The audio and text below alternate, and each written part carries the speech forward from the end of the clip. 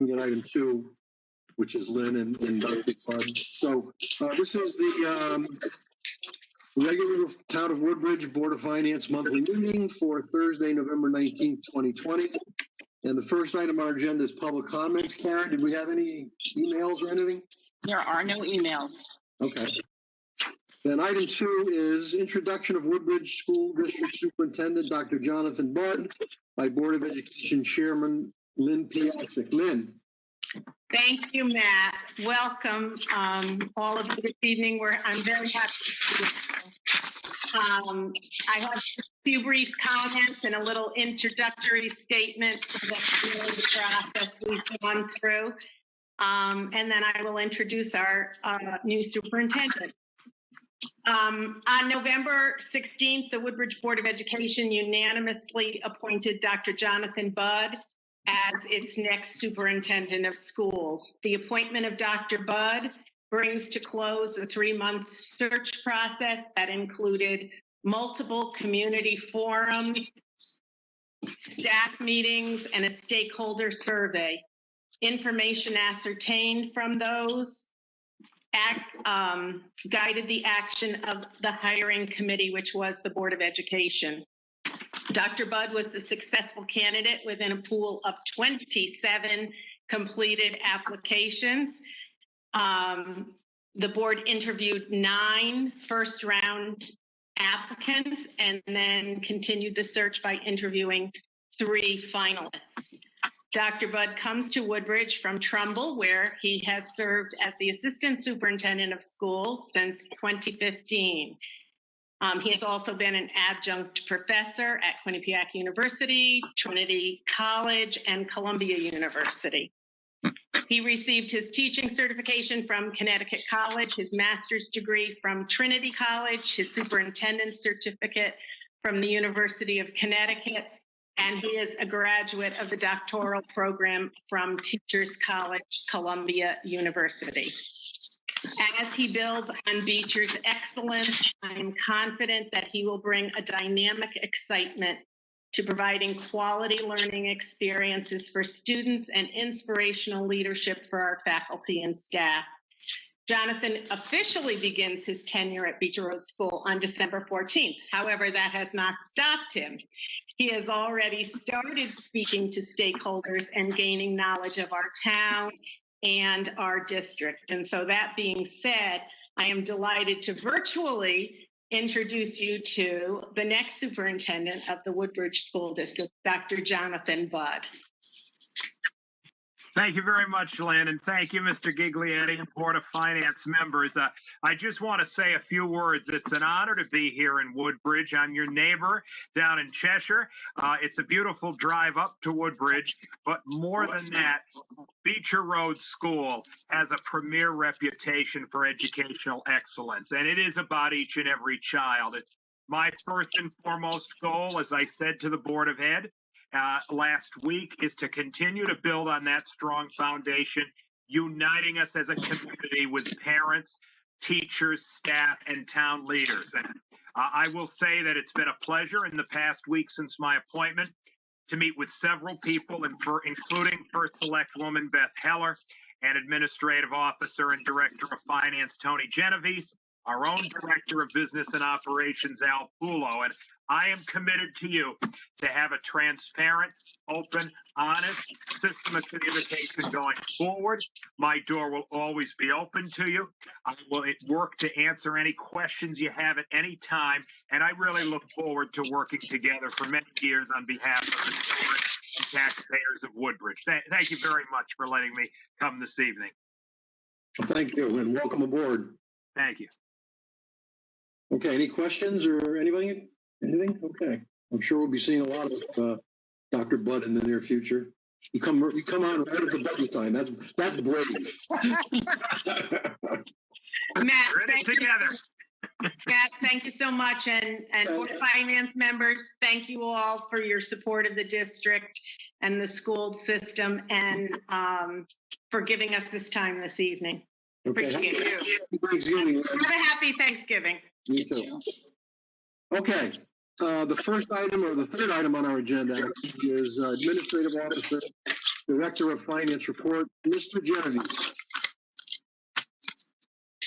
Is he here? Yes, I'm here. Oh, okay. So, our projection through the end of October is a deficit of a little over $200,000. And that, along with our $400,000 allocation from fund balance every year, brings the fund balance projected decrease to our fund balance at the end of the year of $613,000, which would leave us a little under $6 million, or 11.8% of our revenues.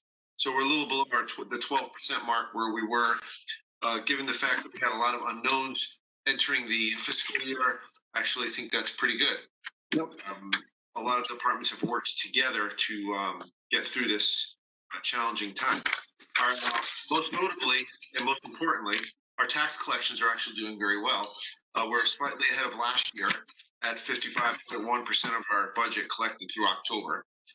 Last year was 54.9. So, we have not seen a drop off in tax collections that we had been, hoped would not happen. And we've collected pretty much all of the taxes that were deferred for 3 months. One area we're having difficulty is our investment income, which is a deficit of about $110,000 a year. I'm projecting and hoping that we have a slight increase moving forward. Right now, the short-term rates are at 0.07. It's a 0.07%, which is just a year ago was maybe 2.5%. Which we're a lot of our investments are just off of short-term rates because we don't have a lot of flexibility in what we can invest in. So, and when we did the budget, it was about 0.5%. So you can see how the rates have fallen and have not picked up yet. We have applied for a reimbursement for FEMA. There's actually 2 grants that control the reimbursement for costs related to COVID-19. First is FEMA. Certain eligible expenses go through FEMA. And then secondly, there's the Coronavirus Relief Fund, which is the state of Connecticut. Why there are 2 different funds, I'm not really sure. Navigating both of them was very interesting. And there's also Board of Ed money on the Board of Ed side, which is a separate issue. So we've applied for both FEMA and the Coronavirus Relief Fund. And so far we've received the money from the state, which is about $70,000. So we're still waiting to get the monies from FEMA, which is another $36,000. And so but we've been told that we would receive that. So that should hopefully come in soon. We have not yet heard about a designation for Storm Isaias, which could have up to $200,000 in eligible expenditures for that, most of which are related to overtime during the event, debris removal, and removal from the roadside, and then brush, wood chipping, and removal of the brush off the premises. So we'll stay tuned on that. Although I believe there are enough costs countywide to be eligible. I just think they're so tied up. FEMA is so tied up with COVID that they haven't even gotten to the next storm yet. So Tony, is it fair to say that within your $213,778 deficit, a lot of these expenses are in there? The 200,000 is, yes. Right. So if we reimburse for it, writes out the deficit. correct. And I also didn't include at the time I had done this, we hadn't gotten the $70,000 yet. So right. I actually received the 70,000 and we were confirmed for the 36. So actually the 106 isn't in there either. Okay. So then chances are this deficit can go away to a certain extent. That's correct. Okay. That's correct. This charge for services, we have a deficit of $70,000. That's mainly due to Board of Selectmen did not set a bulky waste per ton fee, which we were hoping for and had planned for in the budget. So they've indicated they would be interested in maybe pursuing that in the near future. So perhaps that deficit will be a little less. On the expenditure side, we do have some deficits in the town clerk and in the registrar due to the election. We've got about $12,000 in grants. And so it's about $30,000 in expenditures that we may have to cover. Some of that we'll wait to see how the year plays out. Some of it we'll probably do next month. Benefits are surplus of $70,000. That's mainly due to workers' compensation and healthcare savings. And finally, the Board of Education has reported a $103,000 deficit, down from 136. So most of the other departments have done a great job monitoring their budgets based on what you approved in May. And most notably, the Services Department, the Library, Recreation have all stayed within their budget that you adopted in May, with the based on the limited programs that they are now running. So Okay. that's because we didn't know what to anticipate for the upcoming year. So far, it's been going well. Okay. Any questions for Tony on the financial report? No. All right. Audit, Tony, the status of the audit. I have the draft of the audit. I received it today, a final draft. So I'm just working on all of the letters and accompanying schedules that I have to add to it. And we are hopeful to have the budget finished by the 12th of December, I believe is our target this year, which is much earlier than we've ever had it. Okay.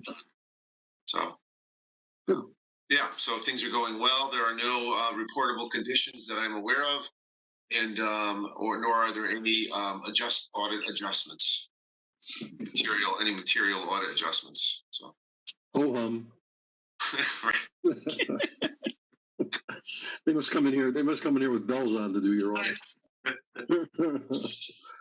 Okay. Woodbridge Board of Ed financial report. You mentioned there's 100. But I'm sure Tom Handler will cover some of that in his report. Okay.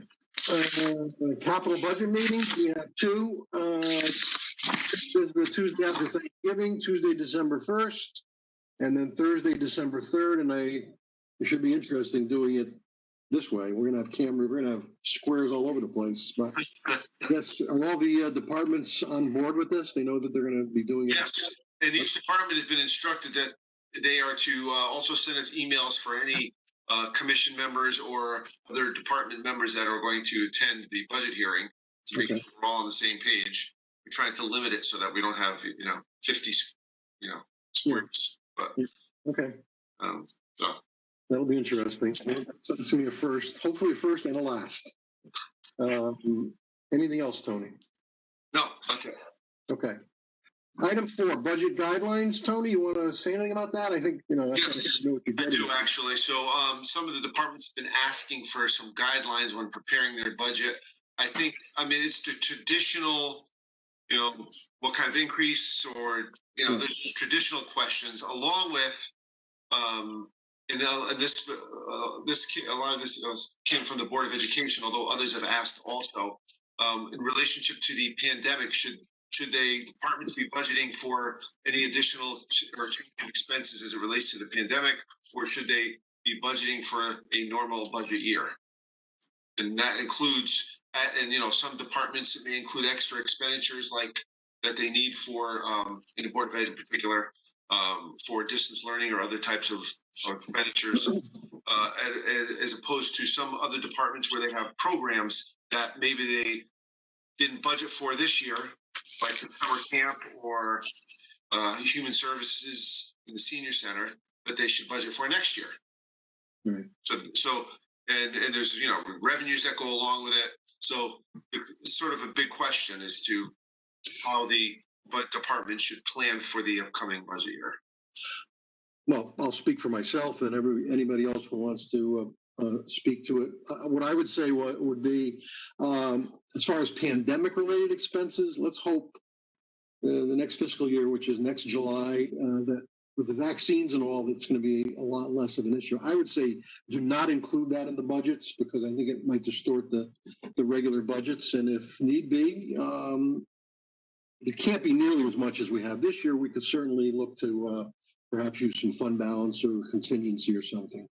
So I would say no. It's my opinion as far as pandemic. As far as budget guidelines, I think it's the same as we say every year, and that is as close to zero as you can come in.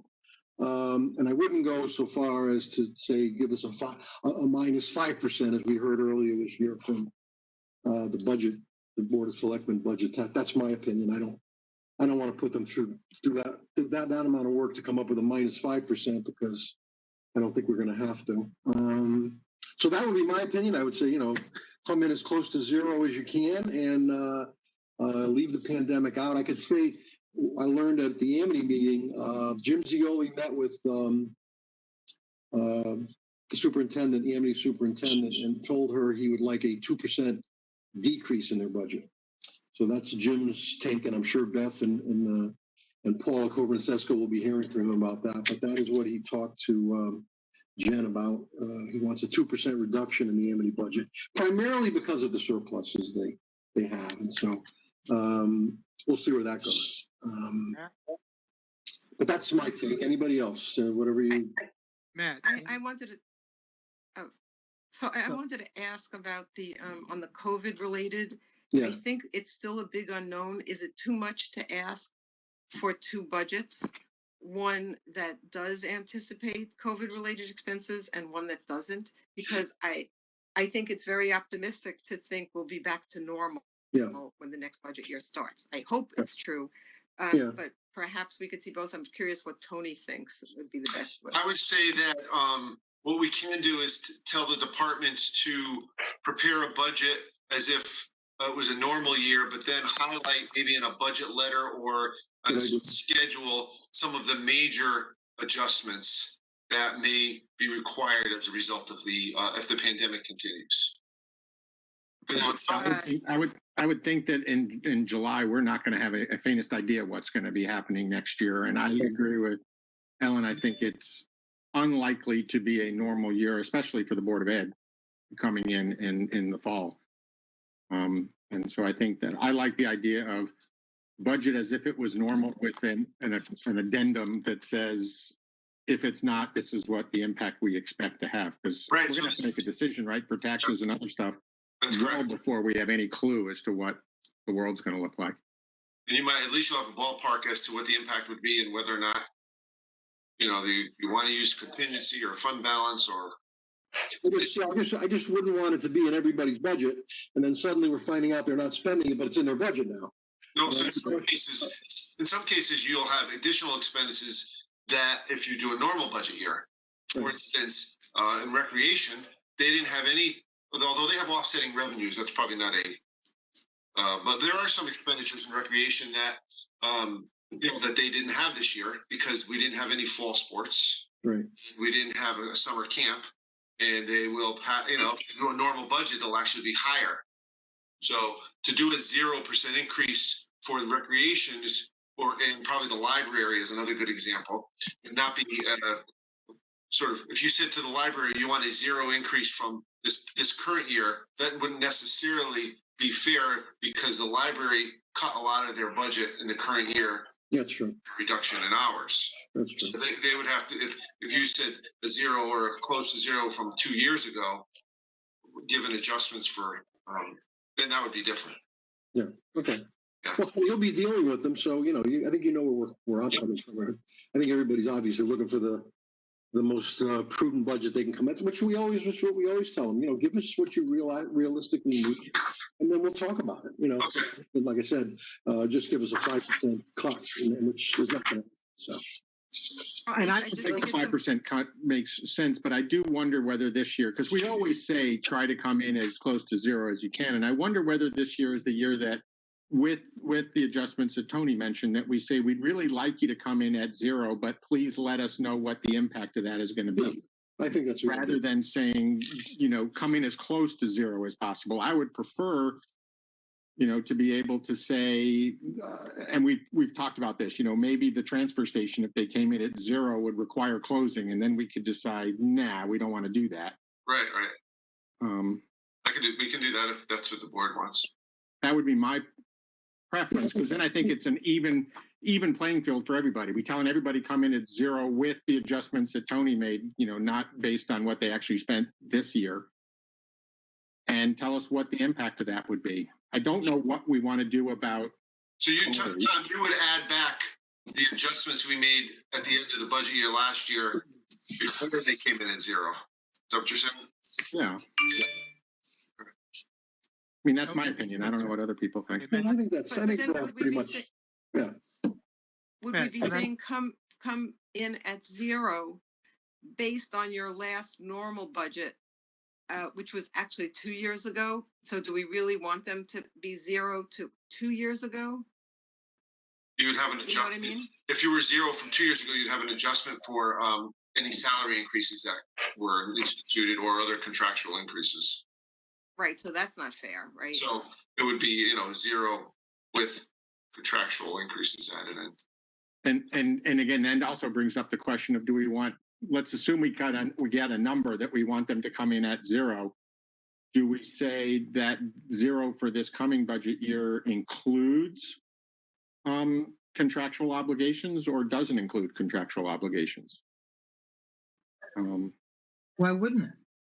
Yeah, I think we'll have to. Okay. I just bring it up because, there's some departments that, certainly the Board of Ed has huge contractual obligations. And I don't think we want to kind of. I'm wondering if this is realistic or if it's pushing too hard and they'll be spending their time doing an unrealistic budget. I guess maybe it's the same thing to say, here's what we would like. If we come in at zero, here's all the things that can't happen. Yeah. Plus here are the things we'd have to change based on COVID developments. I have a suggestion, maybe Tony, based on the discussion, could you possibly help us formulate what's reasonable based on this discussion for us to look at the language, or what you think is a reasonable request? So are you looking for them to come in with a prudent budget and then say to you, if you want me to go to zero, I need to eliminate these 4 things, right? Yeah. That's what you're looking for. That's what I would like. That's what I would say.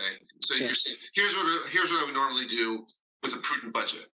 If, however, you want me to come into zero, and that's a, one would say, well, I can't roadside mow anymore. That's gone, and I can't. I wouldn't do that, and I don't know. So I'd make sure it's somewhat realistic in that. That would give us enough information to look at it intelligently. Yeah. Yeah. Right. I just want to emphasize the point that if memory serves me correctly, the vast majority of the departments do that anyway. They Yeah. come in with reality. They come in with options to tweak reality if we need to get it lower. No one misuses the process that I'm aware of in any rampant way. So I think the COVID thing is really the big unknown. And I'm so pessimistic. I think it's going to be a budget unknown for 2 years going forward, because I think these impacts are going to come back to us going, in the long term. But so I think what you said, Tony, makes the most sense. Yeah, I agree. And by the way, the reason I'm saying that the Board of Ed is going to be the biggest unknown is because, as far as I can tell, they're not testing vaccines on kids yet. Right. So the idea that our school kids are going to be vaccinated, even if our teachers are in time, I just don't think it's realistic. A huge Matt? part of our budget. Matt, Yeah. speaking of schools, can you go back to the issue you mentioned that they wanted Amity to come in at -2% from where they were? This is, Jim Zioli met with Jen. Her last name is leaving me. Jen Byers. And they had a one-on-one meeting, and he told her he expects a 2% reduction in their budget. And I think that's primarily because of the situation and the fact that they always have these huge surpluses. He's looking to have them come in with a budget and then not having $2 million left at the end of the year. So that's, I think, where he's coming from. I only heard this at the Amity Finance meeting. I did not talk to Jim Zioli, but that's what I was told that he asked for. It was my understanding that they can't come in at a lower budget. So how does that match up with what we talked about Beecher last year? Yeah. In below the prior year, and we were told that by law they can't come in with a lower budget. How does that work? Well, I think if their budget less their surplus, the actual budget, And if they have a $2 million surplus and the actual budget, you take 2 million off, I think that's okay. In other words, yeah, you can't, their requested budget, I don't necessarily think that's what matters. It's what they actually, the actual budget ends up being that you can't go below. It'll be interesting because if memory serves me correctly, didn't the superintendent tell us that she expected that the debt burden from that referendum is going to require them to increase their budget by 5%? I think this year, I've said this right along. I think Amity's gonna come in with a large increase, but we'll see. We'll see. Jim has always been aggressive in this area, and he's being aggressive this year. But honestly, I mean, again, these surpluses every year. Yeah, okay, we get a piece of it back, and we're talking about Amity now, of course. We get a piece of it back, but in the meantime, they've collected all this money from taxpayers, and then this past year they spent a lot of it, and that I think that upset some people, a lot of people, and so I think they're looking to say, we don't want you to have all this money left over at the end of the year that you can throw around as you see fit. So we'll see. I think that's Jim's throwing a salvo at this thing to start with. We'll see where it goes from here. I didn't mean to get into the Amity discussion, but I just wanted to let you know what's out there. Is there anybody else on this? I think Tony, you have a handle on what we're looking for. I do. I mean, it's going to be an interesting year. It's going to be a different year, and we're going to be looking at a lot of variables. And should we or shouldn't we? And Yep, we're going to have to deal with it. We're going to have to deal with it. So I understand what you're looking at. Yep. yeah, it's going to be different. It's going to be a different year. Okay, funding requests. We have one, and it is a line item transfer to hire a part-time planner to assist the town in addressing the needs of the country club of Woodbridge, et cetera, et cetera, et cetera. I will move acceptance of line item transfer 2021-07 in the amount of $10,000. Second. Okay, any questions or comments? I think Beth could probably help us with this. You want to say something, Beth? Beth, we don't hear I you. know, I was just unmuting myself. I'm sorry. Everybody can hear me now? Yep. Okay, great. Thank you. As I spoke with the Board of Selectmen last week, we had this on the agenda for a couple of months now. And just so everyone is aware, town planners not only plan how to best use land while being mindful, of big picture issues like tax revenue, recreation, and open space needs, they also implement plans and stay on top of regional and statewide issues. In our small town, these are all important things, and none of these issues fall clearly into anyone's job description. Instead, they haphazardly land in the laps of either Tony or Betsy, me, reactively versus proactively. Betsy and Tony, who are tasked with a variety of other duties, and it really puts a great burden on their already full list of duties. And notwithstanding the pandemic, they're full to begin with, and the pandemic has just made it very hard.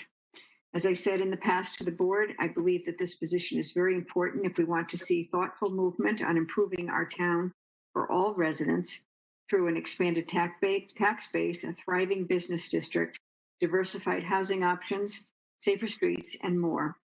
Examples of what a town planner might do would create a plan to determine long-term use for the town-owned former country club of Woodbridge, revitalize the town's business district, work on the planning and implementation of the town's complete streets plan, help us coordinate with the federal government on the terrible flooding issues in Lower Woodbridge, help work on the state-required creation of an affordable housing plan, and add support to the ad hoc 2020 task force. So with that, I was happily able to convince the Board of Selectmen to pass this, and I'm hoping that you will all pass it as well. It did pass last week. So thank you with that. If you have any questions, please ask. We used to have a town planner, I think, Tony, a while ago, right? Yeah, before I started. Me too. And then for whatever reason, it was eliminated. And it's coming out of general professional services, and it is part-time at this point. We may put it out there. We're going to advertise in town plan. Where do you see the DCM town planner group or something like that? And we'll find out maybe that people might not be interested in doing part-time, but it's worth a shot. So we'd like to really try this with your permission. Thank you. I have a question, Beth. Was the vote on the Board of Selectmen unanimous? I believe so. You remember, Tony? I think it was. Yeah. I don't remember. I can't comment. I don't remember. Yeah, Whether it is or it isn't, I'm in favor of it. I mean, it certainly couldn't hurt at this point. I if was just anything, curious. it was, I think, if anything, it was 5-1, but I believe it was unanimous. It's Okay. difficult. We have a couple phone-ins and it's hard to tell, but I'm pretty sure it was. Right. I just don't want to be quoted and then be found to make a mistake. So I'm sorry, but Thank you. I think it's a great idea. I agree, Beth. Good work. We need it. I hope that for $10,000 we can get close to the things you've described. That's true. But just even a start, with some It's a of these good start. things, we have to keep going, and we have a lot of initiatives, and we're just independent, as I said, of the pandemic. We are overwhelmed, and we want to keep moving. And eventually, the pandemic. I maybe agree with Susan more. We should thinking about 2022. But in the meantime, who knows? But I'm married to a statistician, epidemiologist, stuff guy who thinks he knows it all. He's just gay. We gotta stay home for the rest of our lives. But anyway, we'll see. Well, I guess just from my perspective, I don't. We just expended $10,000 for a blight official, and unless there's a specific charge, and if it's, I'm just concerned that we hire someone as a town planner, and I think part of the information was provided in the agenda was that to look at possible uses for the country club and to look at affordable housing, to look at all those different things. But I'm just concerned that if we decide that we're going to look at something for the country club of Woodbridge, we're going to hire another consultant to do that, and then we're spending more money down the road for someone that we were supposed to be doing this. So I guess my concern would be, if we're going to hire this person, are they going to be part of the possible solution for the country club and part of the solution for the affordable housing? Because I know that issue has come up as well, and we're probably going to have to hire town attorneys to deal with that. So, I mean, we're throwing $10,000 out there for a town planner, but then we're also going to be paying additional funds for someone who is, a specialist in open space and how we're going to be dealing with the country club of Woodbridge. And I think we need to focus on one thing. I think we need to focus on the old country club of Woodbridge. We need to figure out what we're going to do with that. And if a large portion of what this person is going to be doing is looking at that, I think that's great. But I think for $10,000, trying to spread them across all these different areas, they're not going to be able to get one thing done without spending more money to bring someone else in to focus on those particular issues. So I guess my concern is that we're spending another $10,000 for another consultant to come in and look at what we should be doing, and then hiring more people to push through something that the Board of Selectmen decides we should be doing for any particular issue in town. I know budgets are tight, and we're asking everyone to come in at zero budgets, and we're looking to spend another $20,000 on a consultant. So, Tom, I would say, as far as the $10,000 that we spent for the blight officer, that was something that was agreed to when we hired a part-time building official. So we saved money there.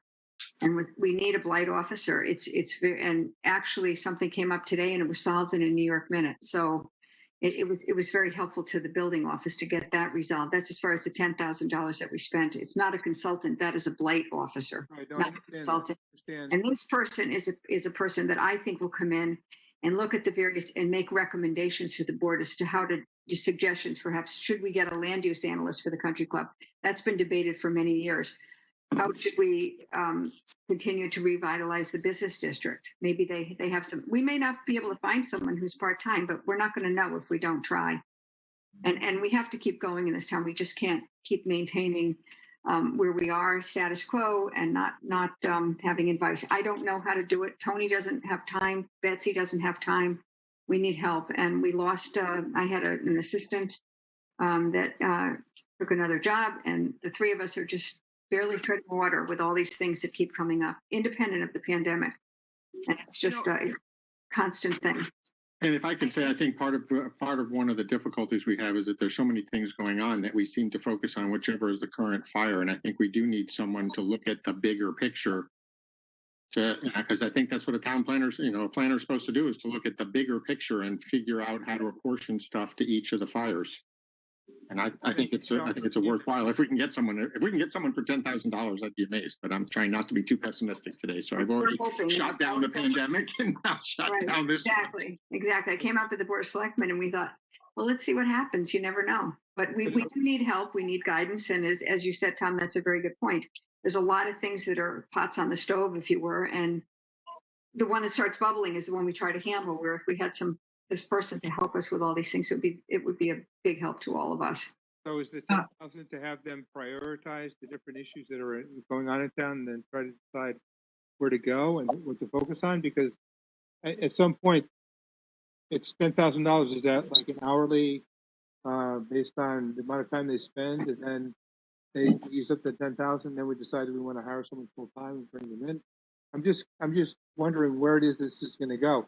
If we're looking for a town planner from a full time position, I think that might be a great idea, because God knows I sat on so many committees for the Country Club of Woodbridge. It's crazy when people say that town's not doing anything to solve that issue, because we've been dealing with this issue for years, and we've been putting together committees and charrettes and all these different things. So I'm just concerned that, I want to get someone in that's going to be able to solve some issues. And if we're going to spend $10,000, I'd like them to have a specific direction. And this is what we want you to focus on, and this is what we want to try and get from you. I don't want to spend $10,000 and then 6 months down the road say, all right, well, we got all these priorities now, let's hire them full time. So I guess that's my concern. Do we have a plan as to how they're going to be used and what they're going to focus on? And if we talk with the other committees who are already trying to look at, the commercial areas and bringing in more business, and we've got commissions to deal with that, and are they on board with this? And is that part of what they're planning to do as well? Are they going to be meeting with this part-time town planner to put together their thoughts for how we should be moving forward? Because there's just so many things in town for them to focus on. I can just see them coming in. It's like, all right, here's your list.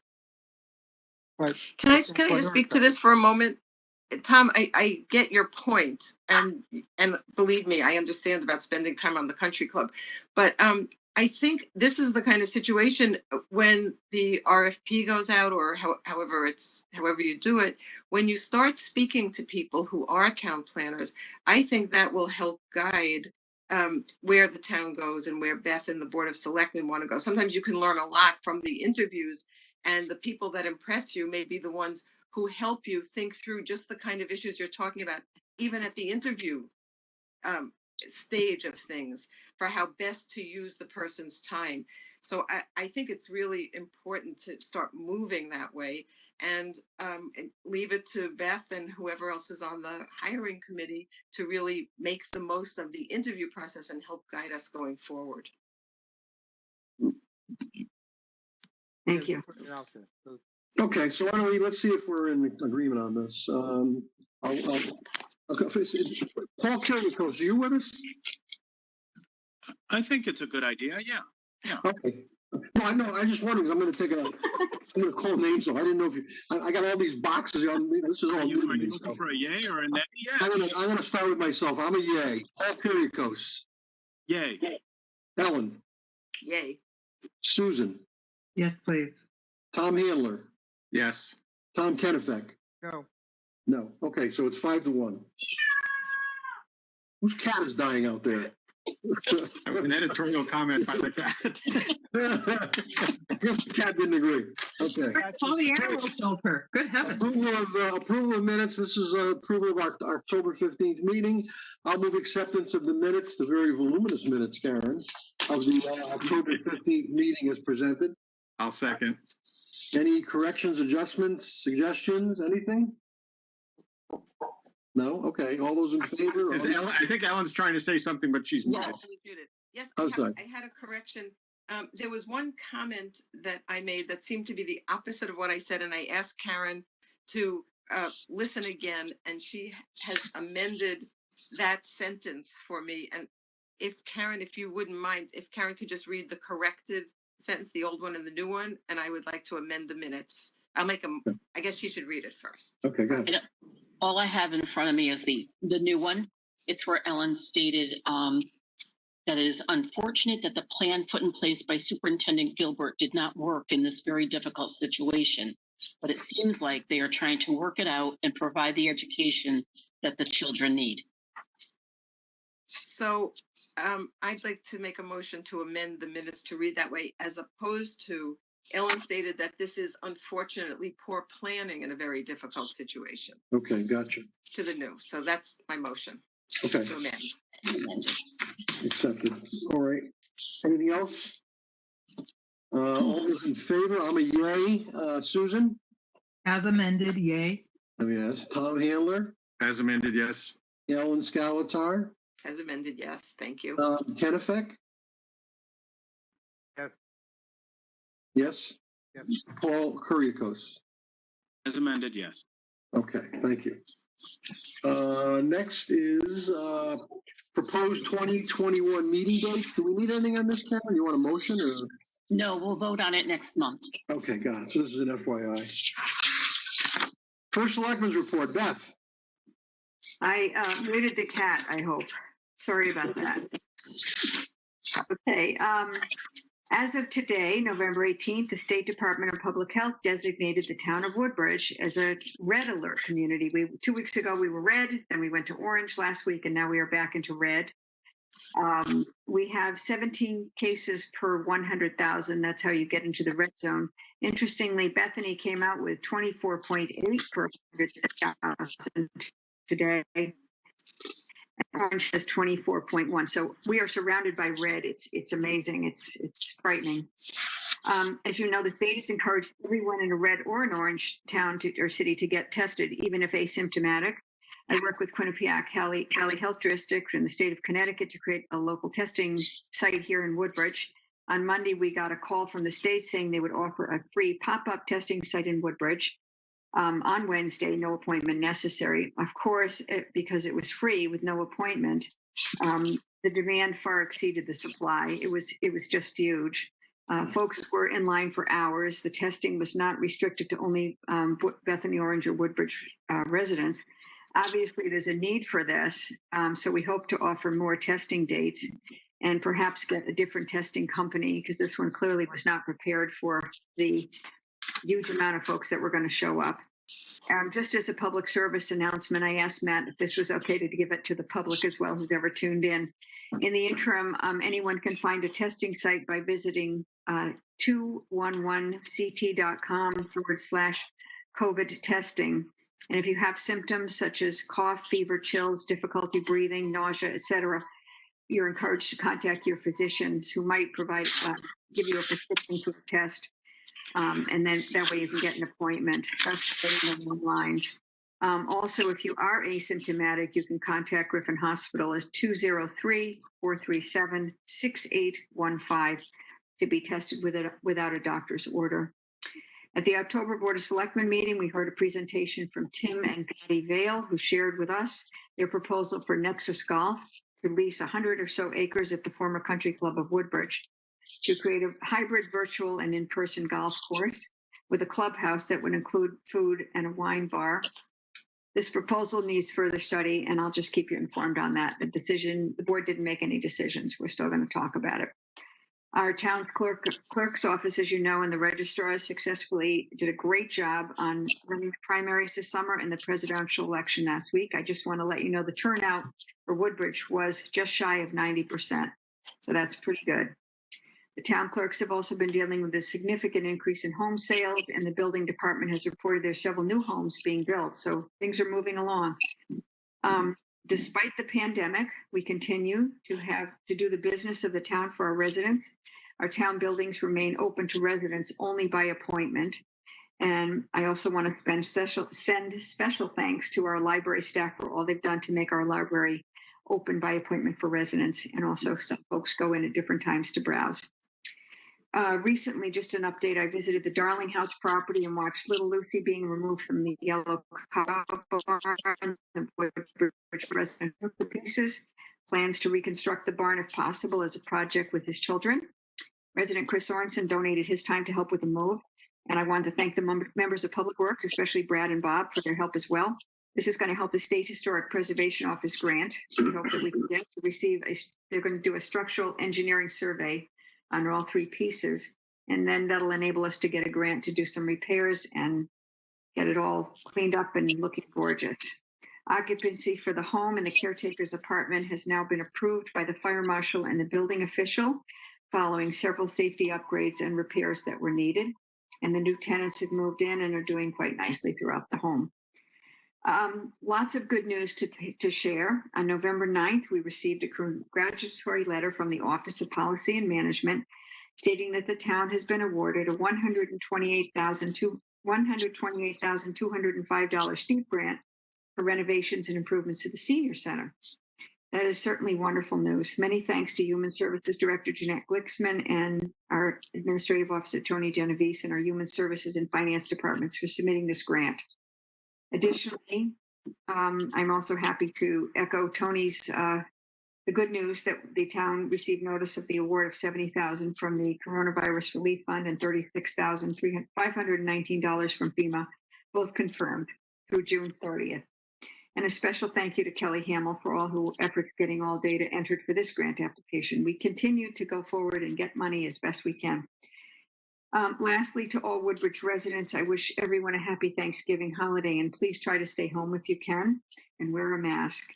And just something that I just want to tell you about, next Monday night, the Board of Selectmen is having a special meeting in executive session because we're going to be discussing perhaps the hiring of an attorney to help the town, actually the Town Plan and Zoning Commission, with these most recent zoning application that came in. And also looking at a couple of contracts. I think, Tony, it's AMR. We're going to be looking at that one. It's all in executive session. And is there anything else on the agenda? No. Okay. So that's it. I just want to let you know. We'll keep you posted on that as well. And that's my report. Thank you. Okay, thank you, Beth. Ask a couple questions. Hopefully my cat's quiet now. Can I ask a couple questions? Yes, please. Do you have any idea how many people were tested? I don't know that, but I do know, Frank told me this morning that there were 300, they estimated about 300 cars. Several of the cars obviously had multiple patients to be tested, so I don't know. Right, so Woodbridge Fire Department set up the testing site, set up the tents, the heater, the light trailers, and then broke it down afterwards. And I know that when I was there at 11:15, there were 6 cars in line for a 2 o'clock start. So, and then I also heard that at one point, the traffic, and for people who don't know, that you came in off of Newton Road, so you couldn't come in the back road off of Pease. So that was exit only. So the cars were backed up from the field house all the way around to Assumption Church on Center Road. And it took some people 5 hours to get tested. So it was pretty crazy. I thought that I had heard that it was not limited to Bethany, Woodbridge, and Orange. So is that true? That's correct. That's what I just said in my report. Right, Yeah. that's what I thought. Yeah. So if we decide to do it again, and I think that it's a great service to have for the residents of Bethany, Woodbridge, and Orange, and if we could limit it, of course, it'd be difficult because someone sits in line for 5 hours and they show up and they're from I don't know, from New Haven. How do you turn them away? But I think that was a great service. Although, just from a personal perspective, it would have been nice to have it set up to have first responders be able to get in as well and get tested and not have to sit in line with everyone else, only because the first responders are the ones going out to the residences and being potentially exposed. So if we decide to do this again, that might be something that we consider. Just a thought. Is that a question, or would you like me to? No, The state ran this, so we had no control over how, what, and obviously if it's a free pop-up with right. no appointment, that's not something we control. Obviously, I think I would hope that the firefighters, if they needed to get tested, that could be arranged as first responders through either Griffin or something as quickly as possible. That, why make you guys wait in line? Agreed. Exactly. Maybe you should talk to the chief about that. I don't I don't know.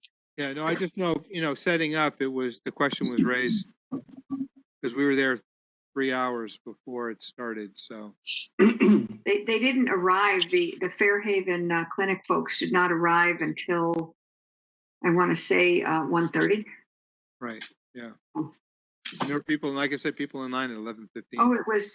They finished at 10 o'clock last night. Yeah, it's crazy. It went for 8 hours. So it was.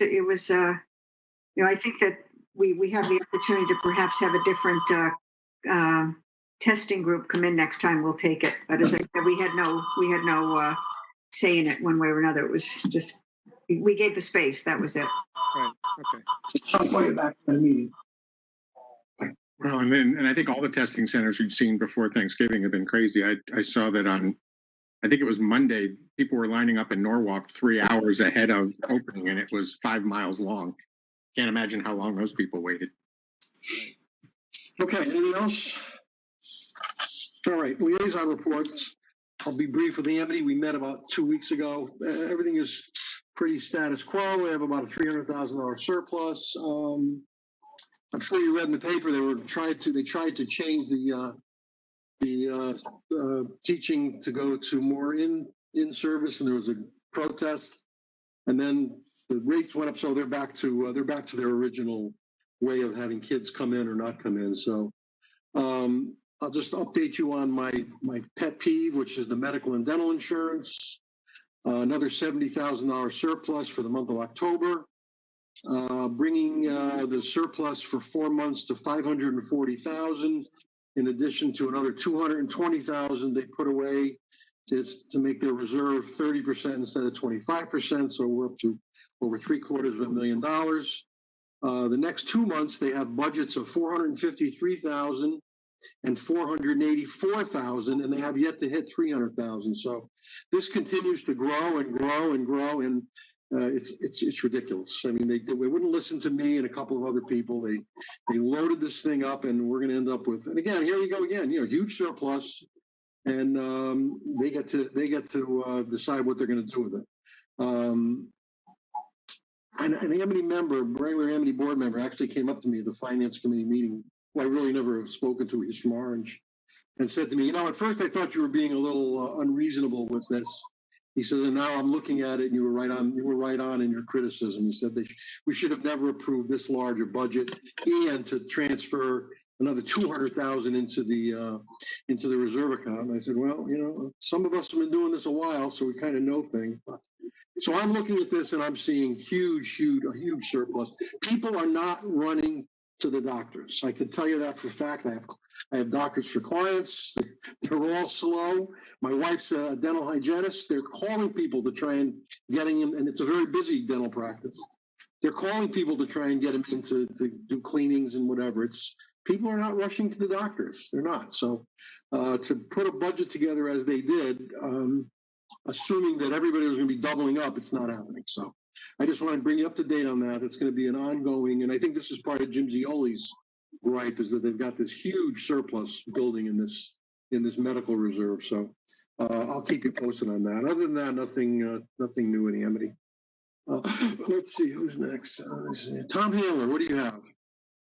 So we've been going to a lot of Board of Ed meetings lately, and again, welcome to Dr. Budd. I think that's going to be great to finally have the new superintendent on board. Jim Luck going into that. You're going to have a lot of fun on that one. The good news is, if you happen to notice that the deficit went down a little bit, which was nice. They have hired 4 additional teachers through the rest of the year.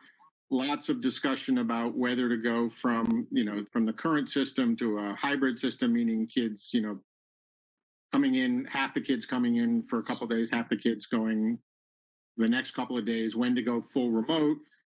discussions as the, you know, when do you pull the switch on going remote? And so I don't envy you, Dr. Bud, that whole fun and games, but there's been some pretty interesting discussions, and I think they're doing well. The one thing that I sort of feel obliged to talk about is that the extended day program is running into difficulty. I mean, as you all may remember, extended day was separate but connected to the school, you know, the after school program, which is amazingly good. Because of the pandemic and because of the unemployment problem, they're basically running out of money, and so there was some discussion as to what to do about that. And I presume, Dr. Bud, I presume you've been informed a little bit about this, and also that I think Matt and Tony and Beth, there was going to be some discussion about they want to try to figure out, they think they're going to need about $20,000 to start the program up again when they can do it. And the question is, do they put the money aside or they just sort of run it down? And part of the issue is that they are charged a monthly fee for using the facility, even if they're not using the facility. And so just as a heads up that's going on out there in some fashion, and we'll have to make a decision. You know, they'll have to make a decision, and then we'll see what comes up about that. And again, I think the real issue is really about when do they go all remote, if they're going to go all remote. And there are some pretty interesting discussions that I won't bore you with all the epidemiology statistics going on about all of this, but it is an interesting conversation, and one that I think that, as Beth already said, we're flipping back and forth between red and orange, I think, because we're a small town and one or two cases make a huge difference. But we are an island in the midst. If you look at some of the case numbers around us that are pretty amazing, I think that it's fair to say we will pop over the states. I think, Dr. Bud, you can correct me if I'm wrong. I think the state said that if you get up to 25 cases per 100,000, that's the recommendation to go all remote. And I suspect we'll get there, but. Yes, although their advice changes from week to week on certain things, that would be accurate. Yeah, so again, I think they're doing the best they can in difficult situations, and I think that they've hired the consultant to help with the remote teaching. That consultant has been meeting with all the remote teachers, and they're looking forward to some suggestions on that. And they're trying to figure out how to provide additional support to the remote-only teachers. There's been some talk about hiring a new TA to do that. And of course, because of the budgetary things, they're trying not to do that. But I think that's all we'll see how it goes. I don't know, Dr. Bud, if you want to add anything to what I just said or correct me when I'm wrong. I believe I can say that there will not be an additional TA hired. Thank you. Okay. And I think that's where we're at. I was not able to make the meeting this week, but I at the meeting last week where they didn't make a decision on the after Thanksgiving, whether they're going to stay remote or not. And I guess that all depends on numbers, right? I guess. So they're back the week after, from what I understand. They're going remote. I think they're in school tomorrow. And then tomorrow is also the last day of extended day.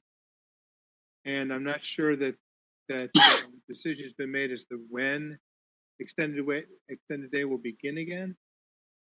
Was that something that was discussed in the meeting this past week? I think the discussion was that extended day was not going to continue For the year, for the school for the year. Okay. And I think you're right, Tom, that the talk was that they were closing down for Thanksgiving, and then they would go all remote for the week after Thanksgiving to let things cool down a bit, and then figure out what happens after that. Okay. Okay, let's see. Paul Kuriakos, do you have anything? The EMS Commission meeting was on November 2nd. It's interesting.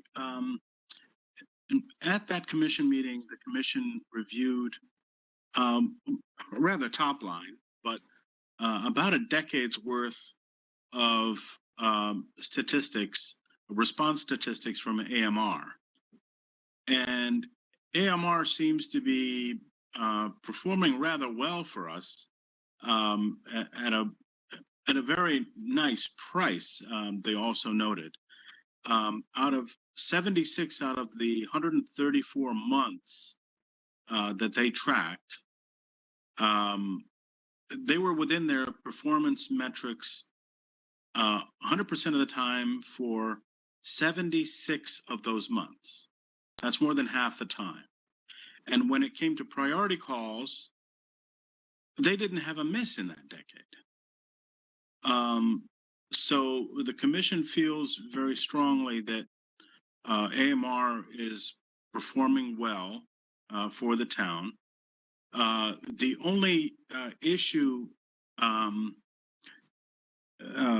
really with AMR is that of Bethany continuing to make calls.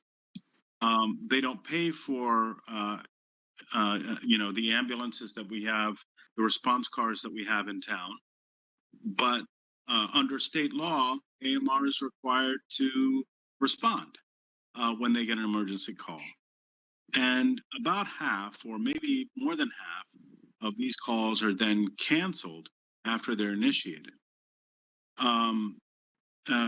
We all feel, well, they indicated that they feel that, we're bearing the financial burden for AMR's coverage of Bethany.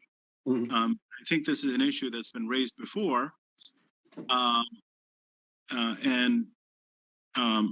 The only thing I was able to point out to them was, well, that's entirely true, but we as a town don't have much leverage when it comes to this kind of behavior.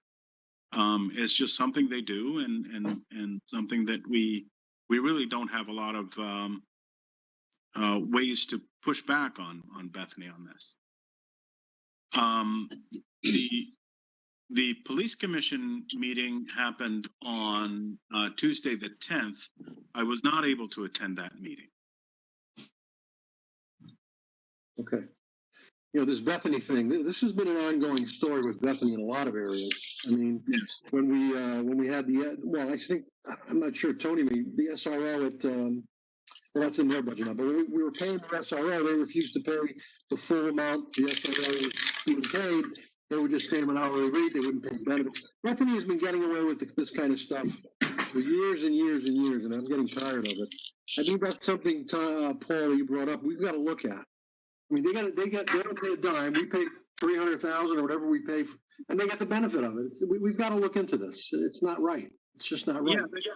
Yeah, they absolutely do. But what leverage do we have to? I don't know, but it's something I think we should look at. It's something we should look at. I mean, it's not right. I'm sorry. The taxpayers of Woodbridge shouldn't be funding Bethany's ambulance service. Absolutely correct. But Matt, it's more than just the 300 and whatever thousand we're paying AMR a year. It's also the fees that AMR is collecting from the residents of Woodbridge. Yeah, sure. So AMR is making over $1 million a year out of Woodbridge between what we pay them and what they collect from residents in town. And I think that we need to figure this out, and it's something we need to discuss.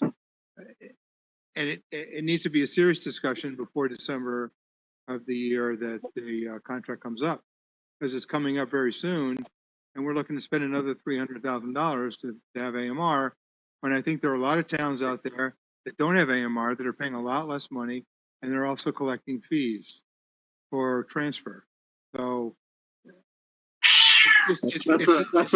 that's a whole different. I know we've had this discussion before, but we would have to get our license back from them or something, and that's a major undertaking. We have the discussion every year in November. Yeah.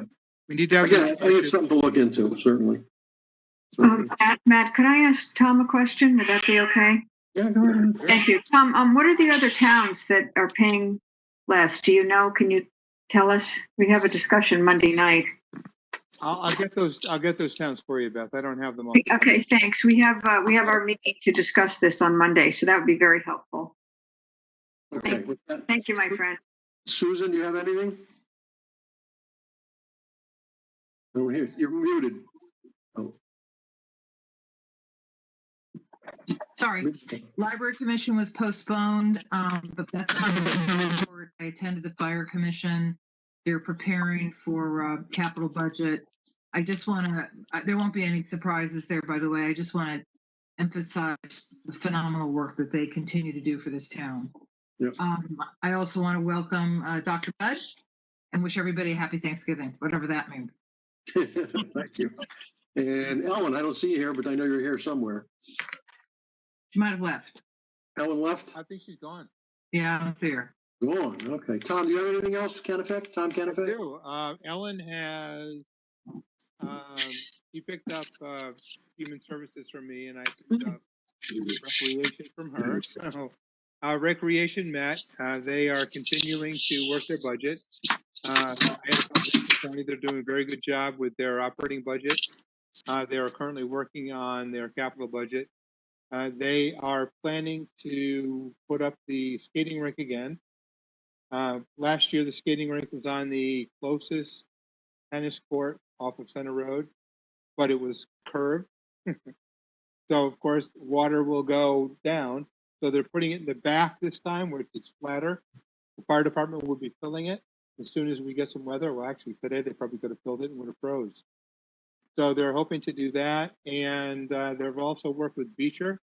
And Dr. Budd will be dealing with them, I'm sure, at some point, because they worked out with Beecher to use the gymnasium on Saturday for, I believe it is for ballet and different dance, possibly with the younger students, and continue to use the gymnasium for basketball on Saturday.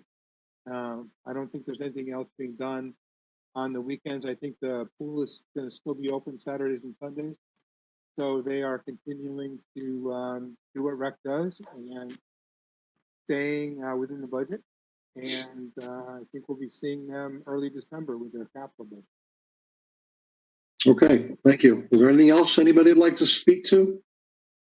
No? Okay. Motion to adjourn. I'll make that motion. I will second that. All those in favor, just yell it out. Aye. Aye. Aye. Hey, happy Thanksgiving, everybody. As happy as it can be. Bye-bye.